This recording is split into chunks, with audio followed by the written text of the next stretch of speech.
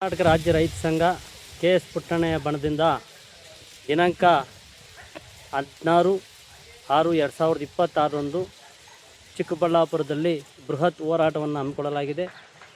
ಏನಪ್ಪ ಇದರ ವಿಶೇಷ ಅಂದರೆ, ಇವತ್ತು ರೈತರು ಎರಡೂ ಸರ್ಕಾರಗಳು ದೇಶದ ಬೆನ್ನೆಲುಬು ಅಂತ ಹೇಳ್ತಾರೆ.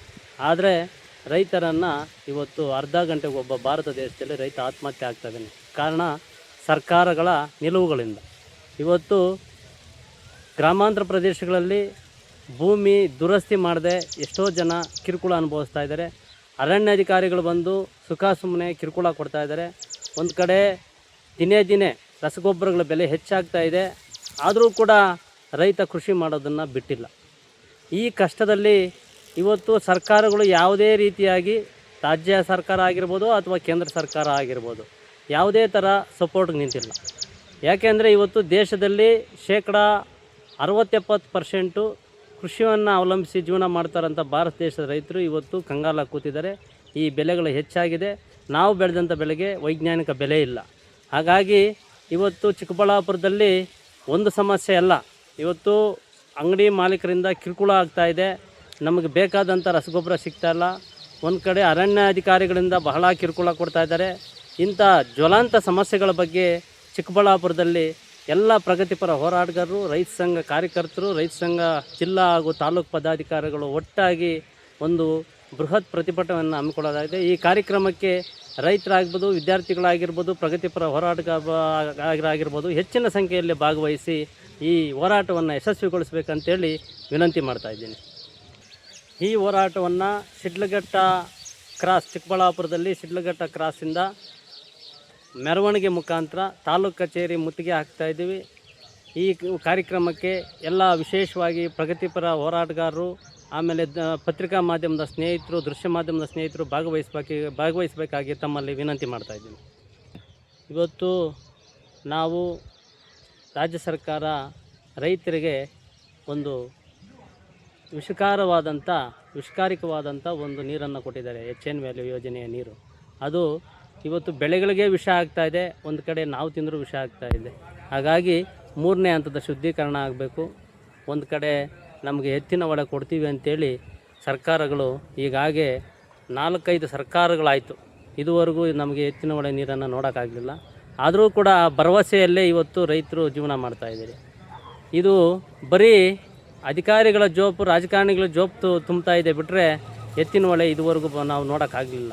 ಹಾಗಾಗಿ ಬರೀ ಭರವಸೆಗಳು ಕೊಟ್ಕೊಂಡು ನಮ್ಮ ಚಿಕ್ಕಬಳ್ಳಾಪುರ ಜಿಲ್ಲೆಯ ರಾಜಕಾರಣಿಗಳು ನಮಗೆ ಹೊಟ್ಟೆ ತುಂಬಿಸ್ತಾ ಇದ್ದಾರೆ ಬಿಟ್ಟರೆ ಯಾವುದೇ ಅನುಕೂಲ ಆಗಲಿಲ್ಲ. ಹಾಗಾಗಿ ಸರ್ಕಾರಗಳು ಮುಂದಿನ ದಿನಗಳಲ್ಲಿ ರಾಜಕೀಯ ಬಂದಾಗ ರೈತರು ಸ್ವಲ್ಪ ಎಚ್ಚೆತ್ಕೊಂಡು ವೋಟ್ ಮಾಡಬೇಕಾಗ್ತದೆ, ರಾಜಕಾರಣಿಗಳಿಗೆ ಬುದ್ಧಿ ಹೇಳಬೇಕಾಗ್ತದೆ ಅಂಥೇಳಿ ಈ ಹೋರಾಟದಲ್ಲಿ ಅದನ್ನೂ ಕೂಡ ನಾವು ವಿಶೇಷವಾಗಿ ಅದನ್ನು ಕೈಗೆತ್ಕೊಳ್ತಾ ಇದ್ದೀವಿ. ಹಾಗಾಗಿ ಎಲ್ಲ ಹೆಚ್ಚಿನ ಸಂಖ್ಯೆಯಲ್ಲಿ ಈ ಕಾರ್ಯಕ್ರಮಕ್ಕೆ ತಾಲೂಕು ಕದಂಬ ಸೇನೆ ಕನ್ನಡ ಸಂಘಟನೆ ಅಧ್ಯಕ್ಷನಾಗಿ ಹೋರಾಟಗಾರನಾಗಿ ಕೆಲಸ ಮಾಡ್ಕೊಂಡು ಹೋಗ್ತಾ ಇದ್ದೀನಿ. ಜೊತೆಗೆ ಕಲಾವಿದನಾಗಿ, ಗಾಯಕನಾಗಿ, ನಿರೂಪಕನಾಗಿ ಸೇವೆಯನ್ನು ಸಲ್ಲಿಸ್ತಾ ಇದ್ದೀನಿ. ನಮ್ಮ ತಾಲೂಕಲ್ಲಿ ಹಲವಾರು ಸಂಘಟನೆಗಳ ರಚನೆ ಆಗಿದೆ, ಈ ಥರ ಪದಗ್ರಹಣ ಕಾರ್ಯಕ್ರಮಗಳು ಆಗಿದೆ. ಆದರೆ ಸಂಘಟನೆ ಮಾಡಬೇಕಾದ ಉದ್ದೇಶ ಏನಪ್ಪ ಅಂತಂದರೆ ಬರೀ ಕಾರ್ಯಕ್ರಮಕ್ಕೆ ಸೀಮಿತವಾಗಬಾರ್ದು. ನನ್ನ ಉದ್ದೇಶ ಇಷ್ಟೇ, ನಾವು ಸಂಘಟನೆ ರಚನೆ ಮಾಡಿಕೊಂಡಾಗ ಪದಾಧಿಕಾರಿಗಳನ್ನು ಆಯ್ಕೆ ಮಾಡಿಕೊಂಡು ಬಿಟ್ಟಲ್ಲೇ ನಾವು ಏನೋ ಒಂದು ನಮ್ಮ ಸಂಘವನ್ನು ಇವತ್ತು ಪ್ರಾರಂಭ ಮಾಡ್ತಾ ಇದ್ದೀವಿ. ಅದು ಸಮಾರಂಭಗಳಿಗೆ, ಕಾರ್ಯಕ್ರಮಗಳಿಗೆ ಸೀಮಿತ ಆಗಬಾರ್ದು. ಜನರ ಪರ ನಿಲ್ಲುವಂಥ ಒಂದು ಸಂಘಟನೆ ಆಗಬೇಕು. ಜನರಿಗೆ ಶಕ್ತಿ ಕೊಡುವಂಥ ಸಂಘಟನೆ ಆಗಬೇಕು. ಯಾವುದೇ ಸಂದರ್ಭದಲ್ಲಿ ಆಗಿರಲಿ, ಜನರಿಗೆ ಅವ್ರಿಗೆ ಕಷ್ಟ ಆಗಿದೆ, ಅವ್ರಿಗೆ ನಷ್ಟ ಆಗಿದೆ, ಯಾವುದೋ ಒಂದು ಭೂಮಿ ಅನ್ಯಾಯ ಆಗ್ತಾ ಇದೆ, ಒಂದು ನಿವೇಶನ ಹೋಗ್ತಾ ಇದೆ, ಅವನ್ನ ರಕ್ಷಣೆ ಮಾಡಬೇಕು. ಯಾವ ಥರ ನಾವು ರಕ್ಷಣೆ ಮಾಡಬೇಕು? ಬಡವರನ್ನ ಬೀದಿ ಪಾಲು ಮಾಡ್ತಾ ಇದ್ದಾರೆ. ಇವತ್ತು ಸರ್ಕಾರ ವತಿಯಿಂದ ಇವರೆಲ್ಲ ಬೀದಿ ಪಾಲು ಮಾಡ್ತಾ ಇದ್ದಾರೆ.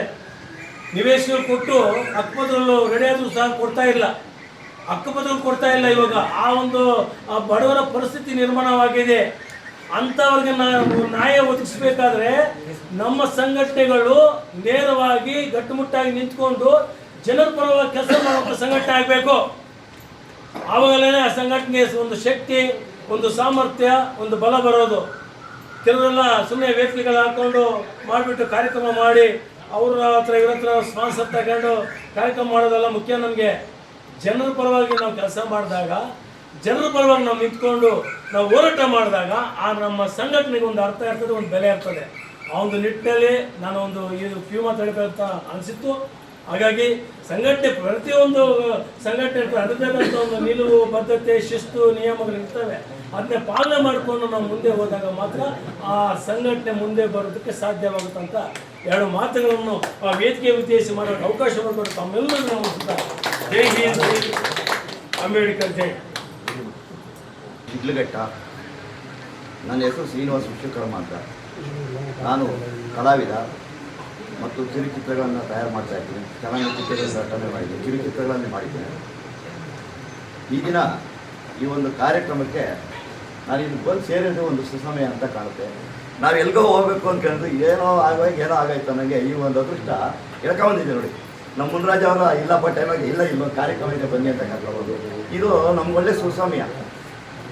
ನಾವು ಡಾಕ್ಟರ್ ಅಂಬೇಡ್ಕರ್ ಬಗ್ಗೆ ಹೇಳಬೇಕು ಅಂತ ಬೇಕಾದಷ್ಟಿದೆ, ಇರೋರೆಲ್ಲ ಹೇಳಿದ್ದಾರೆ ಅದರ ಬಗ್ಗೆ.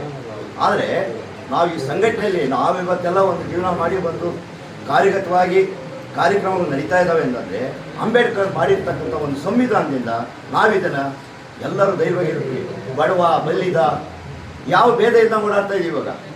ಆವಾಗ ನಾವು ಇದಕ್ಕಾದ 68, 69, 70ನೇ ಸಾಲಿನಲ್ಲಿ ಆ ಜಾತಿಗೆ ಒಂದು ಬೆಲೆ, ಈ ಜಾತಿಗೆ ಒಂದು ಬೆಲೆ, ಶ್ರೀಮಂತಿಗೆ ಒಂದು ಬೆಲೆ, ಬಡವನಿಗೆ ಒಂದು ಬೆಲೆ, ಈ ಥರ ಬೆಲೆಗಳು ಕೊಟ್ಟು ಮಾಡ್ತಾರೆ. ಇವಾಗ ಯಾರೂ ಇಲ್ಲ, ಇವಾಗ ಅದು ಯಾರು ಕೇಳಲ್ಲ, ಯಾರೇನೂ ಕಡಿಮೆ ಇಲ್ಲ. ಅದಕ್ಕೆ ಸ್ತ್ರೀ ಸ್ವಾತಂತ್ರ್ಯ ತಂದುಕೊಟ್ಟಿದ್ದು ಯಾರು? ನಮ್ಮ ಅಂಬೇಡ್ಕರ್ ಅವರು. ಯಾವುದೇ ಸರ್ಕಾರಿ ಕೆಲಸಗಳಿಗೋಗಲಿ ನಾವೊಂದು ಧೈರ್ಯ ನಿಂತ್ಕೊಂಡು ಮಾತಾಡ್ತಾ ಇದ್ದೇವೆ. ಆ ಅಂಬೇಡ್ಕರ್ ಕೊಟ್ಟಿರ್ತಕ್ಕಂಥ ಒಂದು ಧೈರ್ಯ, ಸ್ಥೈರ್ಯ. ಈ ಒಂದು ಕಾರ್ಯಕ್ರಮ ನಾವು ಆಚರಣೆ ಮಾಡೋದಿಲ್ಲ. ಈ ಸಂಘಟನೆಗಳಿಂದ ನಾವು ಯಾರು ಹಿಂದುಳಿದಿದ್ದಾರೆ, ಯಾರಿಗೇನು ತೊಂದರೆ ಆಗಿದೆ ಅವರಲ್ಲಿ ನಾವು ಸ್ಪಂದಿಸಬೇಕು. ಅವ್ರಿಗೇನು ತೊಂದರೆ ಆಗಿದೆ ಅವ್ರನ್ನ ಒಂದು ಬಗೆಹರಿಸಬೇಕು. ಈ ಸಂಘ ಅಂತ ಕಟ್ಟಿದ ಮೇಲೆ ಬರೀ ಸಂಘ ನಾವು ಅಲ್ಲಿ ಇಲ್ಲಿ ಫಂಕ್ಷನ್ ಮಾಡೋದೇ ಮುಖ್ಯ ಅಲ್ಲ. ಆ ಫಂಕ್ಷನ್ ಮಾಡಿದಾಗ ನಾವು ಇದರಿಂದ ಏನಾದ್ರು ಒಂದು ಫಲ, ಯಾರು ಒಂದು 10 ಜನಕ್ಕೆ ಆಯ್ತು ಅಂತ ನಮ್ಗೆ ಅದೇ ಒಂದು ಖುಷಿ. ನಾವು ಅದೇನು ಮಾಡಲಿಲ್ಲ ಅಂದರೆ ಸಂಘ ಕಟ್ಟಿದ್ದು ಏನು ಸಾಧಬೇಕು. ಆದ್ದರಿಂದ ಈ ದಿನ ನನಗೆ ಒಂದು ಎರಡು ಮಾತಾಡೋದಕ್ಕೆ ಅವಕಾಶ ಮಾಡಿಕೊಂಡಂತ ನಿಮ್ಮೆಲ್ಲರಿಗೂ ನಮಸ್ಕರಿಸ್ತಾ ನನ್ನ ಎರಡು ಮಾತು. ಎಲ್ರಿಗೂ ಜೈ ಭೀಮ್. ಡಾಕ್ಟರ್ PK ಸುಬ್ರಹ್ಮಣ್ಯ ಅವರು ಈ ಸಂಘಟನೆ ಬಂದು ಸರ್ ನಿಮಿಷ ಅಂದರೆ ಸ್ಟಾರ್ಟ್ ಮಾಡಿದ್ದಾರೆ ಅವರು. ಇದು ಹೊಸದೇನಲ್ಲ. ಈಗ ಇವರು ಕಷ್ಟಪಟ್ಟು ಈ ಸಂಸ್ಥೆ ಮಾಡಿದ್ದಾರೆ. ಏನು ಅಖಿಲ ಕರ್ನಾಟಕ ದಲಿತ ಸಮಿತಿ ಅಂತ ಏನು ಮಾಡಿದ್ದಾರೆ, ಅಭಿವೃದ್ಧಿ ಸಮಿತಿ. ಅದಕ್ಕೆ ನಮ್ಮ ಸಾಕ್ಯನಾರಾಯಣ ಅವರು, ನಮ್ಮ ಬ್ರದರ್ ಒಬ್ಬರು ಇದ್ದಾರೆ, ಮತ್ತು ಸುಮಾರು ಜನ ಎಲ್ಲ ಇದ್ದಾರೆ, ದೊಡ್ಡ ಎಲ್ಲ ಇದರಲ್ಲಿ. ಅಂದರೆ ನಮಗೆ ರಾಜ್ಯದ ಒಂದು ಹಿತಾಸಕ್ತಿಯಿಂದ ಅವೆಲ್ಲ ಮಾಡಿದ್ದಾರೆ. ಈಗ ಇವ್ರದ್ದೇ ಆದ ಎಂಪವರ್ ಚಾನಲ್ ಇದೆ. ವಿಷಯ ತಿಳ್ಕೊಳ್ಳಿ ಫಸ್ಟು. ಇವ್ರದ್ದೇ ಆದ ಎಂಪವರ್ ಚಾನಲ್ ಇದೆ. ಗ್ರಾಮ ಪಂಚಾಯತಿ ಅಡಿಯಿಂದ ಅಪ್ ಟು ಸ್ಟೇಟ್ ಗಂಟ ಏನೇ ಪ್ರಾಬ್ಲಮ್ ಆದ್ರೂ ಅದು ನಮ್ಮ ಸಂಸ್ಥೆ ಇರ್ತದೆ, ಅಲ್ಲಿ ನಿಂತ್ಕೊಳ್ತದೆ. ಈಗ ನೀವು ಹೇಳ್ತಾ ಇದ್ರಿ, ನಿಮ್ಗೆ ವಿಚಾರ ಗೊತ್ತಿಲ್ಲ, ಯಾಕಂದರೆ ಅವ್ರದ್ದೇ ಆದ ಎಂಪವರ್ ಚಾನಲ್ ಇದೆ. ಇವತ್ತು ನಮ್ಮ ಜಡ್ಜು ಬಾಗಲಕೋಟೆನ ಆ ಕಡೆ ಜಡ್ಜು ಹುಬ್ಳಿ ಕಡೆಯವರು ಒಂದು ಬಾಬಾ ಸಾಹೇಬ್ ಅಂಬೇಡ್ಕರ್ ಪ್ರತಿಮೆ ಇಟ್ಟಿಲ್ಲ, ಬರೀ ಒಂದು ಗಾಂಧಿ ಒಂದು ಫೋಟೋ ಇಟ್ಟು ಮಾಡಿದ್ರು. ಇಡೀ ಲಕ್ಷಾಂತರ ಜನ, ಕೋಟಿಗಟ್ಟಲೆ ಜನ ಸೇರಿದ್ರು ಬೆಂಗಳೂರಲ್ಲಿ. ಅವತ್ತು ಯಾವ ಚಾನಲು ಬಂದಿಲ್ಲ, ಯಾವ TV ಚಾನಲು ಬಂದಿಲ್ಲ. ಅವತ್ತು ಯಾಕೆ ಬಂದಿಲ್ಲ ನೋಡೋಣ? ದಲಿತರ ಪರ ದಲಿತರು ಮಾಡ್ತಾ ಇದ್ದಾರೆ ಅವರು. ಅವ್ರಿಗೆ ಯಾಕೆ ನಾವು ಕೊಡ್ಬೇಕಂತ ಯಾವ ಚಾನಲ್ ಅವರು ಬಂದಿಲ್ಲ. ಆದ್ರೆ ಫೇಸ್ಬುಕ್ಗಳಲ್ಲಿ ಎಲ್ಲ ಬಂತು. ಹಾಗಾಗಿ ಈ ನಮ್ಮ ಏನು ಕರ್ನಾಟಕ ದಲಿತ ಅಭಿವೃದ್ಧಿ ಸಮಿತಿ ಏನಿದೆ, ಇದು 100% ಕೆಲಸ ಮಾಡ್ತದೆ. ನಾನಾ ಭಾಗಗಳಿಂದ ಬಂದಿದ್ದಾರೆ. ಈಗ ಪ್ರತಿ ಜಿಲ್ಲೆಗಳಿಂದ ನೋಡಿ, ದಾವಣಗೆರೆಯಿಂದ ಬಂದಿದ್ದಾರೆ, ಚಿತ್ರದುರ್ಗ ಬಂದಿದ್ದಾರೆ, ಮತ್ತೆ ಮೈಸೂರು ಕಡೆಯಿಂದ ಎಲ್ಲ ಜಿಲ್ಲೆಗಳಿಂದ ಬಂದಿದ್ದಾರೆ, ಆ ಕಡೆಯಿಂದ ವಿಜಯನಗರ ಕಡೆಯಿಂದ ಎಲ್ಲ ಬಂದಿದ್ದಾರೆ. ಇದು ಏನಪ್ಪಾ ಅಂದ್ರೆ ಒಂದು ಸಕ್ರಿಯವಾಗಿ ಭಾಗವಹಿಸ್ತಕ್ಕಂಥ ಒಂದು ಸಂಸ್ಥೆ. ಇದು ಯಾವುದೇ ತೊಂದರೆ ಆಗಲಿ, ಯಾರಿಗೆ ತೊಂದರೆ ಆಗಲಿ, ನಮ್ಮ ಸಂಸ್ಥೆ ಬಂದು ಈ ತರ ತೊಂದರೆ ಆಗಿದೆ ಅಂತ ಒಂದೇನಾದ್ರೂ ಅವ್ರು ಪರ್ಮಿಷನ್ ಕೊಟ್ಟರೆ, ಒಂದೇನಾದ್ರು ಲೆಟರ್ ಕೊಟ್ಟರೆ, ಖಂಡಿತವಾಗಿ ನಾವು ಆ ಪಂಚಾಯತಿಯಲ್ಲಿ ಆಗಿರ್ಬೋದು, ಹಳ್ಳಿಯಲ್ಲಿ ಕೆಲಸ ಮಾಡೋದಕ್ಕೆ ನಮ್ಮ ಎಂಪವರ್ ಚಾನಲ್ಲು ಮತ್ತೆ ನಮ್ಮ ಸಂಘಟನೆ ಇರ್ತದೆ ಸರ್. Thank you sir. ಈ ಒಂದು ಸಮಾರಂಭಕ್ಕೆ ಆಗಮಿಸಿರೋ ತಾವು ಎಲ್ಲರಿಗೂ ಸಹ ಈ ಒಂದು ಕಾರ್ಯಕ್ರಮದ ಒಂದು ಸಂಘಟನೆಯಿಂದ ಎಲ್ಲರಿಗೂ ಧನ್ಯವಾದಗಳನ್ನು ತಿಳಿಸ್ತಾ, ಮುಖ್ಯವಾಗಿ ಈ ಒಂದು ಕಾರ್ಯಕ್ರಮಕ್ಕೆ ಆಗಮಿಸಿರ್ತಕ್ಕಂತಹ ನಮ್ಮ ಗುರುಜಿಯವರಾದಂತಹ ಆರ್ಯಾನಂದ ಗುರುಜಿ ಅವರಿಗೆ ನಮ್ಮ ಅಖಿಲ ಕರ್ನಾಟಕ ದಲಿತ ಅಭಿವೃದ್ಧಿ ಸಮಿತಿ ವತಿಯಿಂದ ಧನ್ಯವಾದಗಳನ್ನು ತಿಳಿಸ್ತಾ ಇದ್ದೀವಿ. ಹಾಗೆ ಈ ಒಂದು ಕಾರ್ಯಕ್ರಮಕ್ಕೆ ಆಗಮಿಸಿರುವಂತಹ ನಮ್ಮ ಗೌರವ ಅಧ್ಯಕ್ಷರಾದಂತಹ ಪ್ರಕಾಶ್ ಅವರಿಗೂ ಸಹ ನಮ್ಮ ಸಂಘಟನೆ ಮೂಲಕ ಧನ್ಯವಾದಗಳನ್ನು ತಿಳಿಸುತ್ತೇನೆ. ಮತ್ತು ಈ ಒಂದು ಕಾರ್ಯಕ್ರಮಕ್ಕೆ ವಿಶೇಷವಾಗಿ ಆಗಮಿಸಿರುವಂತಹ ನಮ್ಮ ಮಹಿಳಾ ಅಧ್ಯಕ್ಷೆ ಆಗಿರ್ತಕ್ಕಂತಹ